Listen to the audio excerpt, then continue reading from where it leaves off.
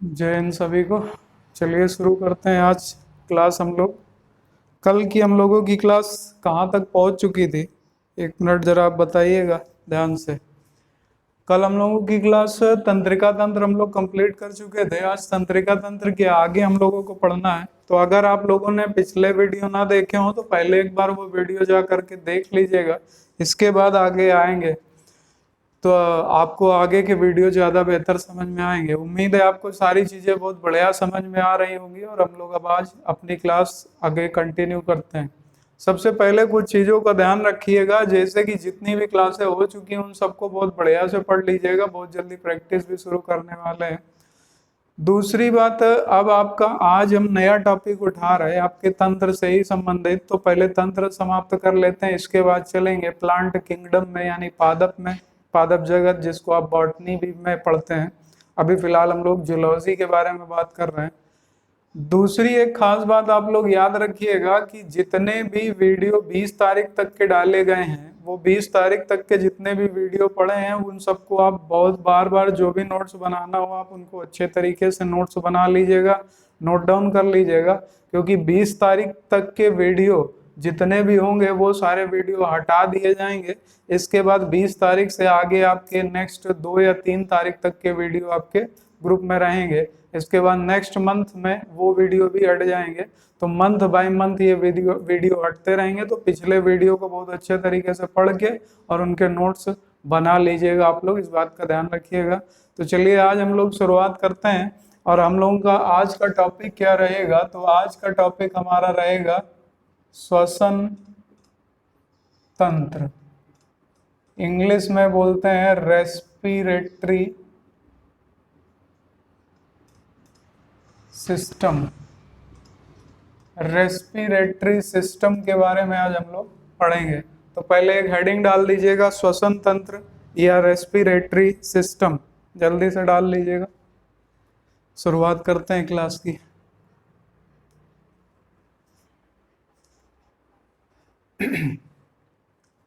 श्वसन तंत्र या रेस्पिरेटरी सिस्टम। श्वसन तंत्र या रेस्पिरेटरी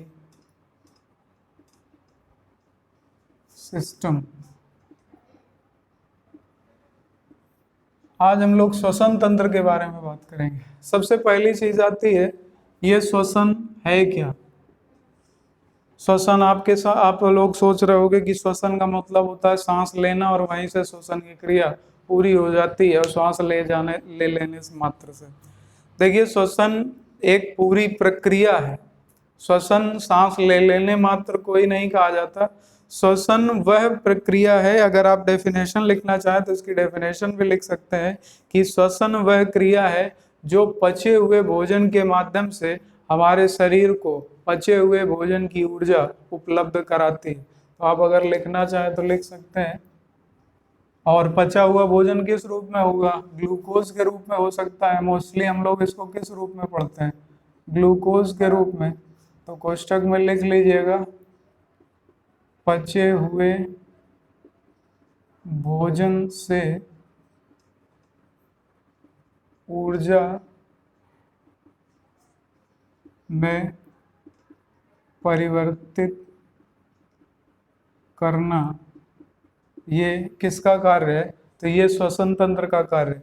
क्योंकि जो भी भोजन आप ले रहे हो उस भोजन में जो एनर्जी होगी, यानी जो पचा हुआ भोजन होगा उसमें जो एनर्जी होगी वो आपको बिना श्वसन तंत्र के नहीं मिलने वाली। उसका कारण क्या है?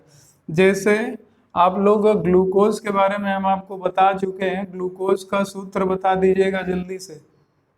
ग्लूकोज का सूत्र C6H12O6। बहुत अच्छे से आप लोग ग्लूकोज के बारे में पढ़ चुके हो। ग्लूकोज का यदि एक अणु ऑक्सीजन की उपस्थिति में टूटता है तो हमने आपको बताया था ये मुक्त करता है CO2, H2O और ऊर्जा यानी एनर्जी। ये ऊर्जा किस रूप में होगी? तो हमने आपको बताया था एटीपी के रूप में होती है। तो ये सारी चीजें आप लोग पढ़ चुके हैं। तो यहाँ पर जो आपको ऊर्जा प्राप्त हो रही है, ये ऊर्जा मिल रही है, ये किस प्रक्रिया में मिल रही है? तो ये श्वसन तंत्र के दौरान ही मिल रही है। तो आप मुख्य रूप से आपको याद रखना है कि श्वसन तंत्र का मुख्य कार्य है कि शरीर को बचे हुए भोजन से ऊर्जा प्रदान करना। तो बचे हुए भोजन से ऊर्जा किससे प्रदान प्राप्त होती है? तो ये प्राप्त होती है आपको श्वसन तंत्र के माध्यम से। अब ये कैसे? जैसे मान लीजिए आपने भोजन किया और भोजन परिवर्तित हो गया किसमें? ग्लूकोज में। अब वो ग्लूकोज में परिवर्तित हो गया, और अगर आप श्वास के माध्यम से आपको ऑक्सीजन नहीं मिलेगा, अगर श्वास के माध्यम से ऑक्सीजन नहीं मिलेगा तो क्या वो भोजन पचेगा? नहीं पचेगा। तो इसके लिए आपको जरूरत किसकी होगी? ऑक्सीजन की। तो भोजन के साथ ऑक्सीजन मिलाने के लिए कौन सी क्रिया उत्तरदायी होती है? श्वसन। तो श्वसन क्या करता है? भोजन में ऑक्सीजन की मात्रा को मिलाता है, जिसके बाद ये कन्वर्ट कर देता है। आप मुक्त क्या करते हैं? कार्बन डाइऑक्साइड, और ये परिवर्तित हो जाता है किसमें? जो जल में, और दूसरा किसमें? ऊर्जा में। ऊर्जा को आप ऊष्मा के रूप में संरक्षित भी कर लेते हो और तुरंत आवश्यक कार्यों के लिए उपयोग भी कर लेते हो। तो जल्दी से इसको नोट कर लीजिएगा फटाक से, फिर आगे बोले।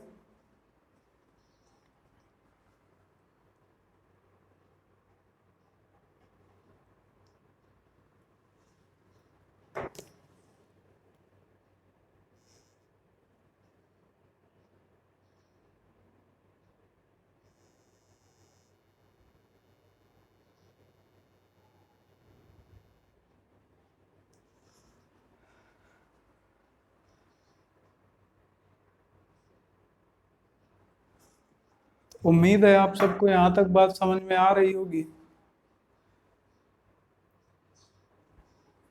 किसी को कोई दिक्कत हो रही हो तो बता सकता है। थोड़ा सा कैमरे की प्रॉब्लम थी, इसलिए उसको दूर कर रहे थे। यहाँ तक किसी को कोई दिक्कत नहीं?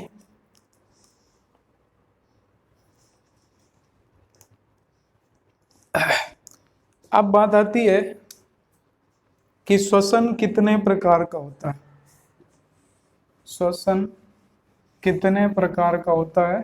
अगर आपसे ये पूछा जाए तो श्वसन देखिए 2 प्रकार का होता है। अभी इसके बारे में डिटेल से भी बात करेंगे। श्वसन कितने प्रकार का होता है? तो श्वसन 2 प्रकार का होता है। एक को बोला जाता है ऑक्सी श्वसन, और एक को बोला जाता है अनॉक्सी श्वसन। जैसा कि हम पहले भी अपनी ऑफलाइन क्लासों में आपको ऑक्सी श्वसन और अनॉक्सी श्वसन के बारे में बता चुके हैं, तो आपको काफ़ी कुछ चीज़ें तो पहले से क्लियर है, फिर भी बता दें। देखिए यहाँ पर लिखा हुआ है ऑक्सी श्वसन। अभी इसके बारे में पूरा डिटेल बात करेंगे, इसके बारे में भी और इसके बारे में। अभी आपको सिर्फ इतना याद रखना है, ऑक्सी का मतलब होता है यहाँ ऑक्सीजन से लिया गया। जहाँ पर ऑक्सीजन की उपस्थिति होती है वो श्वसन को क्या कहा जाता है? ऑक्सी श्वसन।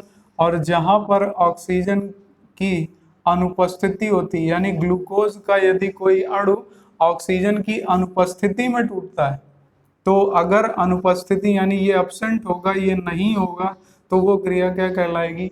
अनॉक्सी श्वसन। और अगर ऑक्सीजन होगी तो वो क्रिया क्या कहलाएगी? तो वो कहलाती है ऑक्सी श्वसन। तो अगर आपसे पूछा जाए श्वसन कितने प्रकार का, तो 2 प्रकार का, पहला ऑक्सी श्वसन और दूसरा अनॉक्सी श्वसन। नोट कर लीजिएगा जल्दी से, फिर इसको हम एक्सप्लेन करें।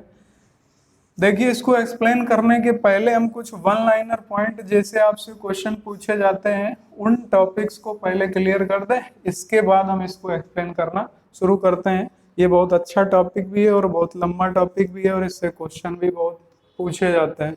तो यहाँ पर सबसे पहले हम लोग शुरू करेंगे, जैसे आपसे क्वेश्चन पूछा जाता है आपके कंपटीशन में, और क्वेश्चन ये पूछा जाता है कि मानव में श्वसन अंग क्या है, हाइड्रा में श्वसन अंग क्या है, अमीबा में श्वसन अंग क्या है, मछली में श्वसन अंग क्या है, जैसे पादपों में श्वसन अंग क्या है। इस तरीके के बहुत क्वेश्चन पूछे जाते हैं। तो पहले उसको खत्म कर लेते हैं, फिर हम लोग आते हैं ऑक्सी श्वसन और अनॉक्सी श्वसन में। अब आप लोगों को उम्मीद है क्लास समझ में आ रही होगी बहुत अच्छे से। हमारा प्रयास भी यही है कि आपको बेहतर तरीके से यानी ऑनलाइन और ऑफलाइन का डिस्टेंस जो है वो कम से कम कर दिया जाए। तो अब पहले तो एक हेडिंग डाल दीजिएगा, विभिन्न जंतुओं में पाए जाने वाले श्वसन अंग। विभिन्न जंतुओं में पाए जाने वाले श्वसन अंग। विभिन्न जंतुओं में पाए जाने वाले श्वसन अंग यानी किन जंतुओं में कौन से श्वसन अंग पाए जाते हैं, इसके संबंध में हम लोग अब देखते हैं थोड़ा सा। विभिन्न जंतुओं में पाए जाने वाले श्वसन अंग। तो अब यहाँ पर किस जंतु का श्वसन अंग क्या है, तो सबसे पहले हम लोग अपने से ही शुरुआत कर लेते हैं और अपने से शुरुआत करते हुए पहले लिखते हैं मनुष्य। मनुष्य से मिलता जुलता और किस में पाया जाता है श्वसन अंग, तो मनुष्य से ही मिलता जुलता आपका श्वसन अंग लिख सकते हो। मनुष्य क्या है, तो मनुष्य आपका स्तनधारी वर्ग में आता है यानी मैमल्स है, तो स्तनधारी भी लिख सकते हैं यहाँ पर। तो मनुष्य में, स्तनधारी में, इसके बाद आप लिख सकते हैं उभयचर में, कुछ को छोड़कर उभयचर में। इसके बाद आप लिख सकते हैं सरीसृप में, सरीसृप में, सरीसृप में। इसके बाद जैसे आप लिख सकते हैं पक्षी में, पक्षी में। तो इन सब में श्वसन अंग कौन सा होगा, तो इन सब में श्वसन अंग क्या होता है बताइए, अपने बारे में बताइएगा। इन सब में श्वसन अंग क्या होता है, इन सब में श्वसन अंग होता है लंग्स। लंग्स को हिंदी में कहा जाता है फेफड़े, या कई जगह इसको फुफ्फुस भी लिख दिया जाता है। तो अब आपसे अगर क्वेश्चन पूछा जाए, जैसे कि क्वेश्चन पूछा गया कई बार कि सरीसृपों में श्वसन अंग क्या होता है, कुछ अलग पूछे जाते हैं वो भी हम बताएंगे। सरीसृपों में श्वसन अंग क्या होता है, तो आपको आंसर करना है लंग्स या फेफड़े। फिर जैसे आपसे क्वेश्चन पूछा जाता है उभयचर में, उभयचर में मेढक में अलग पाया जाता है, वो भी हम बता रहे हैं। तो मोस्टली उभयचर में आपका क्या है, कहाँ से श्वसन होता है, लंग्स या फेफड़े या फुफ्फुस से। इसके बाद आपसे जैसे पूछा जा सकता है स्तनधारियों में, तो स्तनधारी मैमल्स यानी कि मानव किसके अंतर्गत आता है, स्तनधारी के अंतर्गत। तो इसमें श्वसन अंग क्या होगा, लंग्स, फेफड़े या फुफ्फुस हो जाएगा।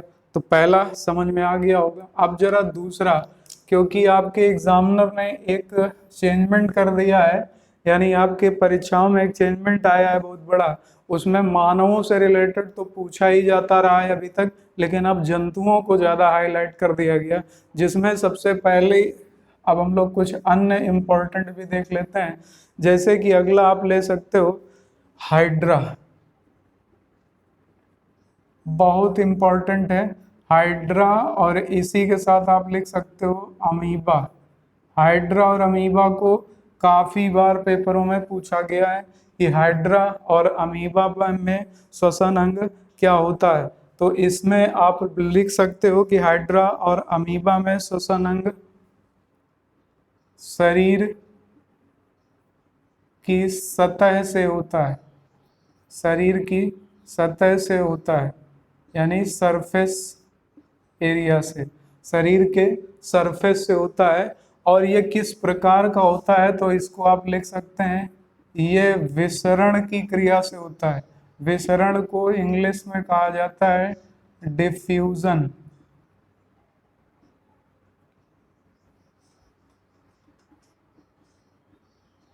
डिफ्यूजन, इंग्लिश में डिफ्यूजन किस क्रिया द्वारा होता है, विसरण, और इसे क्या कहा जाता है, डिफ्यूजन के नाम से जाना जाता है। एक क्वेश्चन डायरेक्ट अमीबा से पूछा गया, कई बार अमीबा से यह पूछा जाता है कि अमीबा में श्वसन का कार्य होता है। तो अगर आपको ये आंसर शरीर की सतह या विसरण क्रिया ना दिया हो, तो वहां पर दिया गया होगा cell membrane, cell membrane. Cell membrane का अर्थ आप लोग जानते हैं, कोशिका झिल्ली, कोशिका झिल्ली से होता है। तो हाइड्रा और अमीबा में श्वसन अंग कहाँ से, श्वसन कहाँ से होता है, शरीर की सतह से होता है, यानी सरफेस एरिया से होता है। किस प्रकार का होता है, तो ये विसरण क्रिया के माध्यम से होता है। अगर अमीबा के बारे में डायरेक्ट पूछ लिया जाए तो वहां पर एक क्वेश्चन, एक ऑप्शन आपको कोशिका झिल्ली भी दिया गया होगा। तो यहाँ तक आपको बात समझ में आ गई होगी। अब बात कर लेते हैं मछली। मछली में श्वसन अंग क्या है, तो मछली में श्वसन अंग आप सब लोग जानते हैं, ये तो बहुत फेमस क्वेश्चन है, मोस्टली लोगों को याद रहता है। मछलियों में श्वसन होता है गिल्स के माध्यम से, जिसको आप गलफड़े भी बोलते हैं, गलफड़ों से होता है श्वसन। मछली में श्वसन गिल्स या गलफड़ों से होता है। इसके बाद चौथा, जैसे कि आपसे पूछा जा सकता है काकरोच, काकरोच, काकरोच के बारे में भी अब काफी क्वेश्चन बनने लगे हैं। काकरोच में श्वसन अंग, काकरोच आप श्वसन अंग क्या है, तो कॉकरोच का श्वसन अंग बताइएगा कहाँ से, तो कॉकरोच का श्वसन अंग है ट्रैकिया। कॉकरोच का श्वसन अंग ट्रैकिया है। ट्रैकिया श्वास नली को कहा जाता है, इसमें श्वास नली पाई जाती है, ट्रैकिया श्वास नली को कहा जाता है। अब जैसे कॉकरोच किस वर्ग में आता है, तो कॉकरोच आप सबको मालूम है ये कीट वर्ग के अंतर्गत आता है। कीट जितने भी हैं वो सब किस संघ के अंतर्गत आते हैं, तो अभी आप आगे पढ़ोगे ये सब आर्थ्रोपोडा संघ के अंतर्गत आते हैं।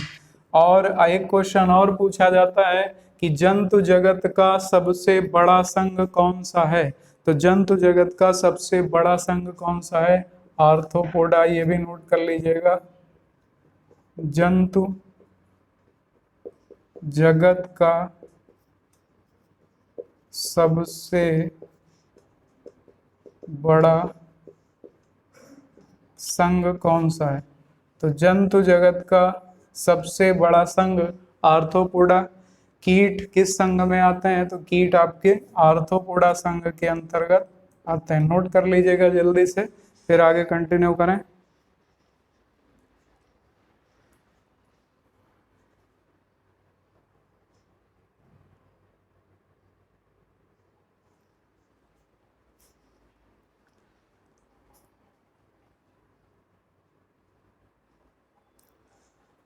तो उम्मीद है यहाँ तक आप सबको बहुत बेहतर समझ में आ रहा होगा।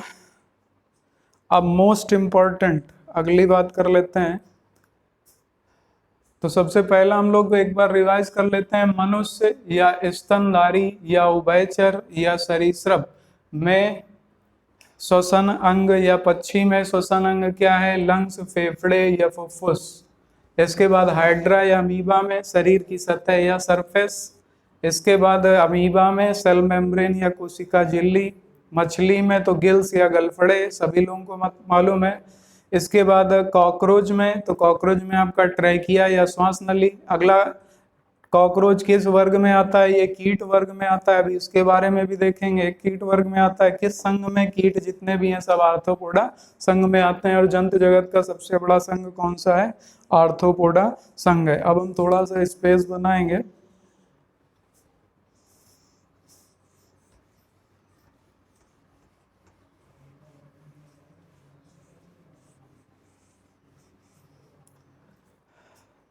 अब अगला देख लेते हैं, मोस्ट इम्पोर्टेंट, कई बार पूछा गया आपसे, केंचुआ। केंचुए में श्वसन अंग, मोस्ट इम्पोर्टेंट क्वेश्चन, केंचुए में श्वसन अंग क्या है, केंचुए में श्वसन अंग क्या है। केंचुए में, केंचुआ किस संघ के अंतर्गत आता है, ये एनालिडा संघ के अंतर्गत आता है। केंचुआ किस संघ का, एनेलिडा। किसान का मित्र किसे कहा जाता है, केंचुए को। पृथ्वी की आंत किसे कहा जाता है, केंचुए को। ये सारे क्वेश्चन पूछे जाते हैं। केंचुआ किस संघ के अंतर्गत आता है, एनेलिडा संघ। केंचुआ किस अंग से सांस लेता है, तो ये त्वचा के माध्यम से सांस लेता है। नोट कर लीजिएगा जल्दी, मोस्ट इम्पॉर्टेंट क्वेश्चन है। केचुआ किस अंग से सांस लेता है? त्वचा के माध्यम से। इसके बाद छठा, मेढक। मेढक का श्वसन अंग क्या है बताइएगा? मेढक, देखिए मेढक की जब भी बात आए हमेशा याद रखिएगा, मेढक के दो श्वसन अंग होते हैं। एक तो मेढक त्वचा के माध्यम से भी सांस ले सकता है और दूसरा ये लंग्स के माध्यम से भी सांस ले सकता है। तो याद रखिएगा, मेढक त्वचा तथा लंग्स यानी त्वचा और फेफड़े के माध्यम से सांस लेता है। जल्दी से नोट कर लीजिएगा।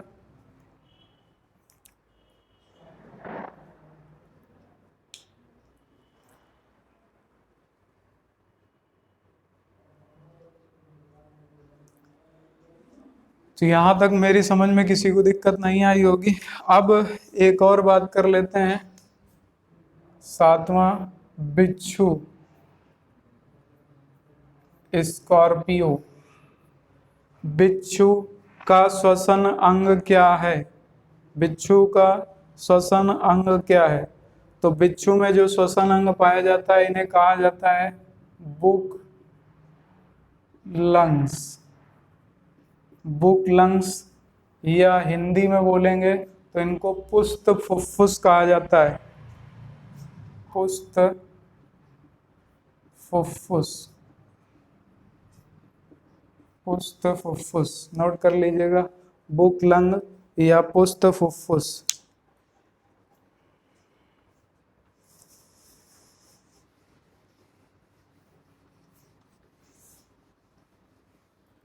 उम्मीद है यहाँ तक आप सबको समझ में आ गया होगा। किसी को कोई दिक्कत नहीं? आगे बढ़े। पादपों में, पादपों की भी बात कर लेते हैं। पादपों में श्वसन अंग क्या होगा? देखिए पादपों में श्वसन अंग होता है पत्तियों में छिद्र के माध्यम से। पत्तियों में जो छिद्र पाए जाते हैं, पत्तियों में छिद्र के माध्यम से श्वसन होता है। वहीं से पौधे कार्बन डाइऑक्साइड ग्रहण करते हैं और ऑक्सीजन छोड़ते हैं। तो पत्तियों से, पादप में किसके माध्यम से? पत्तियों में छिद्र के माध्यम से। पत्तियों में छिद्र जो होते हैं इन्हें क्या कहा जाता है? तो इन्हें स्टोमेटा के नाम से जाना जाता है। स्टोमेटा, स्टोमेटा के नाम से जाना जाता है। पत्तियों में छिद्र को स्टोमेटा के नाम से जाना जाता है। नोट कर लीजिएगा जल्दी, स्टोमेटा के नाम से जाना जाता है। इसके बाद जैसे कि आपसे पूछा जा सकता है, क्वेश्चन काफी बार पूछा गया कि जो श्वसन होगा तो इसमें होगा क्या? छिद्र खुलेंगे और बंद भी होंगे। तो क्वेश्चन पूछा जाता है कि पत्तियों में छिद्र खुलने और बंद होने के लिए सबसे आवश्यक पदार्थ या तत्व कौन सा है? तो ये है आपका पोटेशियम। याद रखिएगा, पोटेशियम इसके लिए सबसे ज़्यादा आवश्यक और अनिवार्य तत्व माना जाता है। कि पत्तियों के जो रंध्र यानी छिद्र होते हैं, इसको रंध्र भी बोल सकते हैं आप, रंध्र या छिद्र होते हैं यानी स्टोमेटा जो होते हैं, इनको खुलने और बंद करने में सबसे ज़्यादा सहायक पदार्थ कौन सा माना गया? सबसे सहायक तत्व है पोटेशियम। पोटेशियम नोट कर लीजिएगा, सबसे सहायक तत्व पोटेशियम है। इसके बाद नेक्स्ट, तो यहाँ तक आप जरा बताइएगा, यहाँ तक किसी को कोई डाउट है? उम्मीद है यहाँ तक पूरा समझ में आ गया होगा सबको। अब हम लोग अपने टॉपिक पे आते हैं। इसको देखिए तैयार कर लीजिएगा, लापरवाही ना करिएगा, नहीं बाद में आप याद जरूर करोगे हमको। और याद इसलिए करोगे क्योंकि जब पेपर में क्वेश्चन दिखेंगे तो दिक्कत होगी।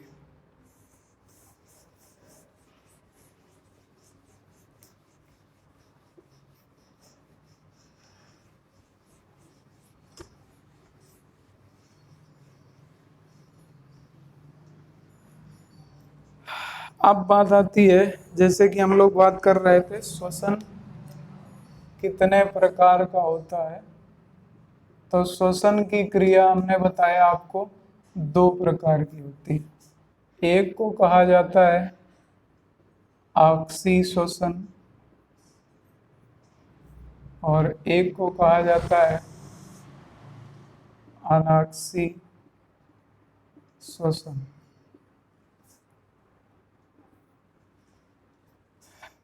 अब कितने प्रकार की, तो यहीं लिख लीजिएगा, दो प्रकार की होती है, पहली और ये हो गई दूसरी। इसको और क्या कहा जा सकता है, तो इसको एरोबिक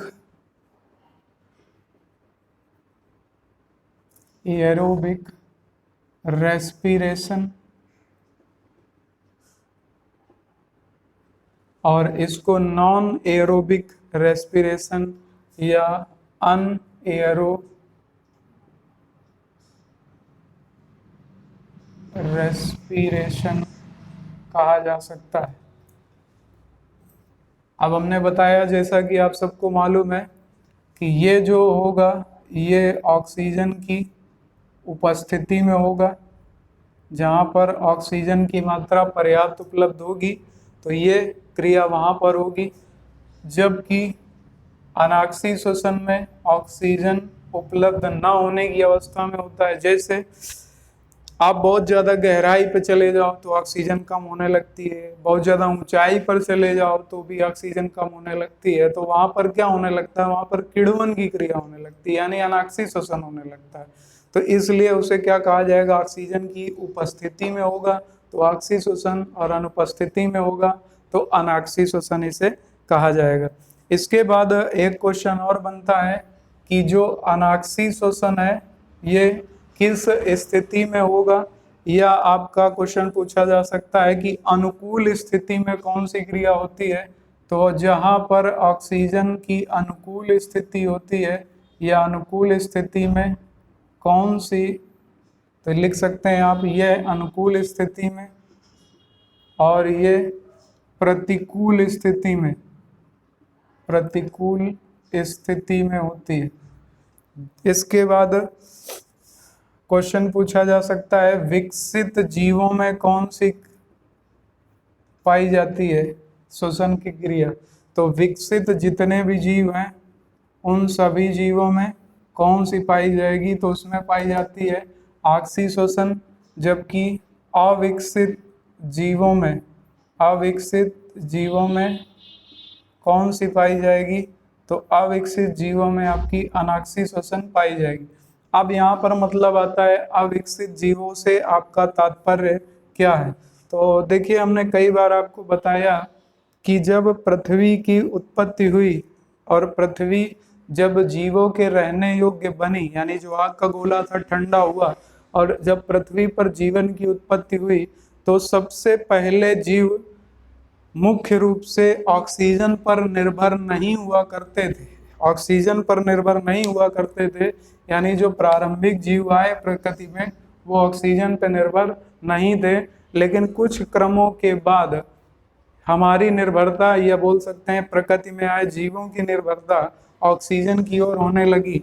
और जब ऑक्सीजन की ओर होने लगी तो धीरे धीरे करके तब से लेकर आज तक लगातार हमारी निर्भरता ऑक्सीजन की ओर बढ़ती जा रही है।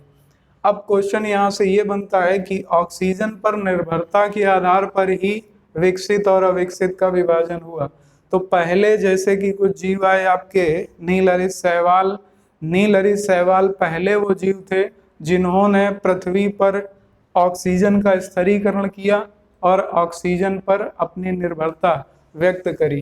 तो आपसे क्वेश्चन अगर पूछा जाए कि ऑक्सीजन पर निर्भर या ऑक्सीजन का उपयोग करने वाले पहले जीव कौन थे, तो इन्हें कहा जा सकता है नीलहरित शैवाल। नीलहरित शैवाल ही सबसे पहले थे जिन्होंने ऑक्सीजन की अपनी निर्भरता व्यक्त की।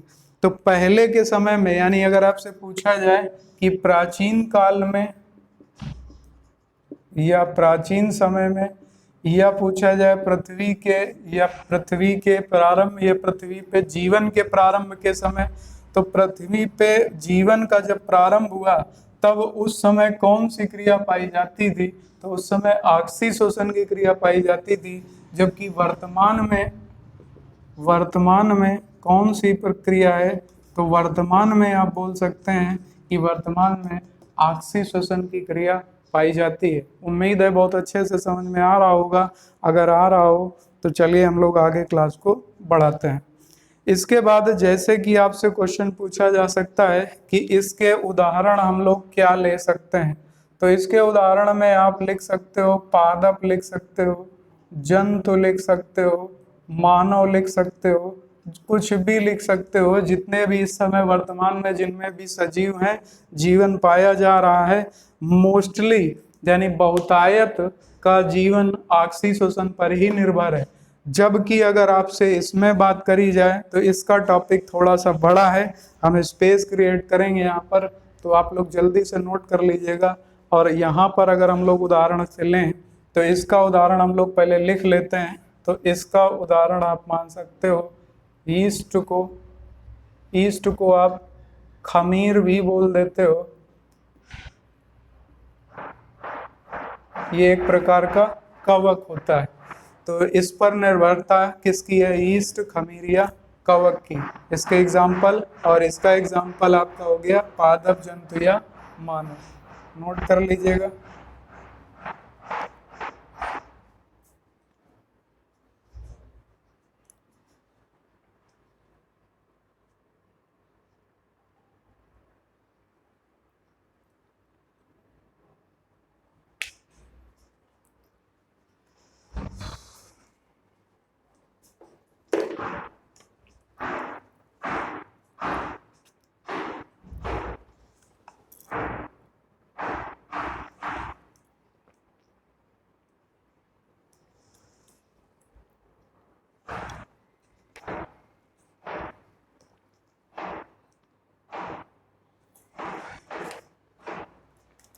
नोट कर लिया होगा। तो यहाँ पर ईस्ट, कवक या खमीर इसका उदाहरण हो सकता है।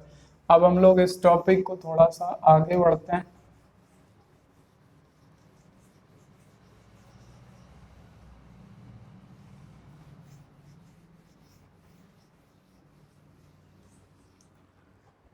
देखिए, अनाक्षी श्वसन अपने आप में एक बहुत इम्पोर्टेंट टॉपिक है, क्योंकि आक्षी श्वसन को तो सभी जानते हैं, अनाक्षी श्वसन से बहुत क्वेश्चन बनते हैं, इसलिए हम इसको थोड़ा सा डिस्क्राइब कर रहे हैं।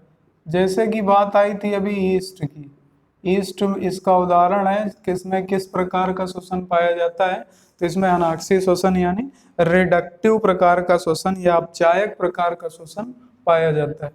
ईस्ट के बारे में आपसे क्वेश्चन पूछा जाता है, कई बार क्वेश्चन पूछा गया कि उस ईस्ट का नाम बताइए जिसका प्रयोग शराब बनाने में किया जाता है। तो लिख लीजिएगा ईस्ट जिसका प्रयोग शराब बनाने में होता है। ईस्ट जिसका प्रयोग शराब बनाने में किया जाता है।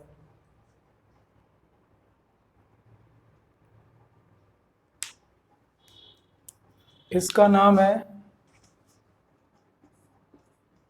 सैकेरोमाइसीज सेरेबीसी। सैकेरोमाइसीज सेरेबीसी। नोट कर लीजिएगा, मोस्ट इंपॉर्टेंट क्वेश्चन है, बहुत बार परीक्षाओं में पूछा गया। ईस्ट जिसका प्रयोग शराब बनाने में किया जाता है सैकेरोमाइसीज सेरेबीसी। नोट कर लीजिएगा। अब यहाँ पर बात आती है कि शराब को और किस नाम से जाना जाता है केमिस्ट्री की भाषा में। आपका अगला टॉपिक जो अगला सब्जेक्ट स्टार्ट होगा वो केमिस्ट्री ही होगा। तो शराब को और किस नाम से जाना जाता है? शराब को हम लोग बोलते हैं एथिल एल्कोहल। चलिए, एथिल एल्कोहल का सूत्र कमेंट करके बताइएगा। एथिल एल्कोहल का सूत्र बताइएगा। एथिल एल्कोहल को और किस नाम से जानते हैं? तो इसे एथेनॉल भी कहा जाता है, इसे एथेनॉल भी कहा जाता है। इसका सूत्र होता है C2H5OH, C2H5OH। ये एथिल अल्कोहल का सूत्र होता है, नोट कर लीजिएगा जल्दी से। अच्छा, आप यहाँ तक जान चुके हो तो जरा ये बताइएगा, विषाक्त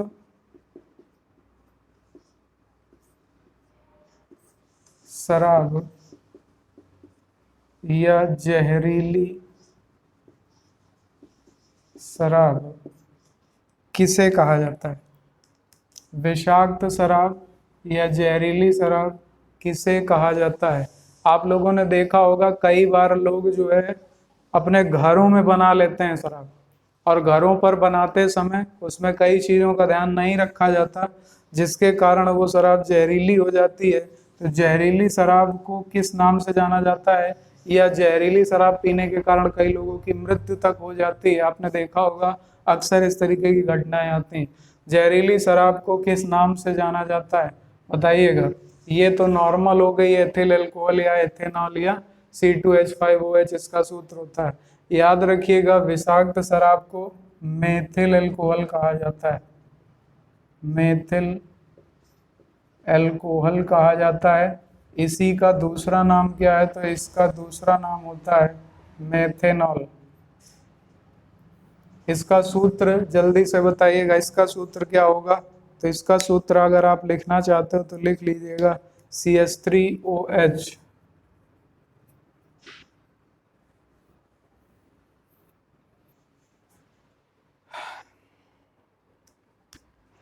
उम्मीद है यहाँ तक आप लोगों को बहुत अच्छे से समझ में आ रहा होगा। अभी किसी को कोई दिक्कत हो तो बता दीजिएगा। तो ये आपका एथिल अल्कोहल का, और ये नॉर्मल शराब होती है यानी नॉर्मल अल्कोहल होता है, और ये अगर विषाक्त हो जाए तो मेथिल अल्कोहल कहा जाता है। इसका सूत्र मेथेनॉल इसे कहा जाता है अन्य नाम में, और इसका सूत्र होता है CH3OH। नोट कर लीजिएगा जल्दी से, फिर आगे बताएं आपको।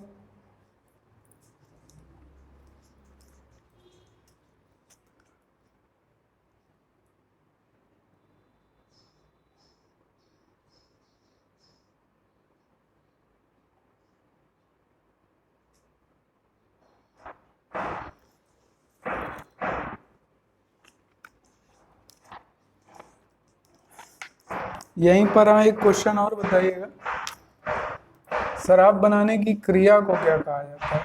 किस क्रिया से ये बनाई जाती है? ये भी क्वेश्चन कई बार पूछा गया, शराब बनाने की क्रिया क्या है, शराब किस क्रिया से बनाई जाती है?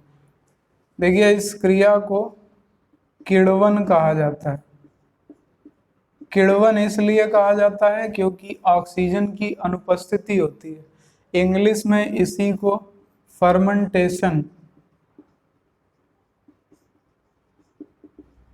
फर्मेंटेशन के नाम से जाना जाता है। ये भी नोट कर लीजिएगा, इंग्लिश में इस क्रिया को किण्वन या फर्मेंटेशन के नाम से जाना जाता है। तो किस क्रिया के दौरान शराब बनाई जाती है? किण्वन या फर्मेंटेशन की क्रिया के माध्यम से शराब बनाई जाती है। यहाँ तक समझ में आ गया सबको? किण्वन या फर्मेंटेशन की क्रिया के माध्यम से शराब बनाई जाती है। इसके बाद जैसे कि आपसे क्वेश्चन पूछा जा सकता है कि ईस्ट का प्रयोग शराब बनाने में किया जाता है, और इस ईस्ट का नाम क्या है? तो इसका नाम है सैकेरेबीज सेरेबेसी। तो यहीं से क्वेश्चन पूछा जा सकता है, जब इसका प्रयोग शराब बनाने में करते हैं तो इसे यानी इस ईस्ट को अन्य किस नाम से जाना जाता है, या किस ईस्ट का प्रयोग शराब बनाने में किया जाता है? तो इसको ब्रेवरेज ईस्ट के नाम से भी जाना जाता है। शराब में प्रयोग होने के कारण इसे ब्रेवरेज ईस्ट के नाम से भी जाना जाता है।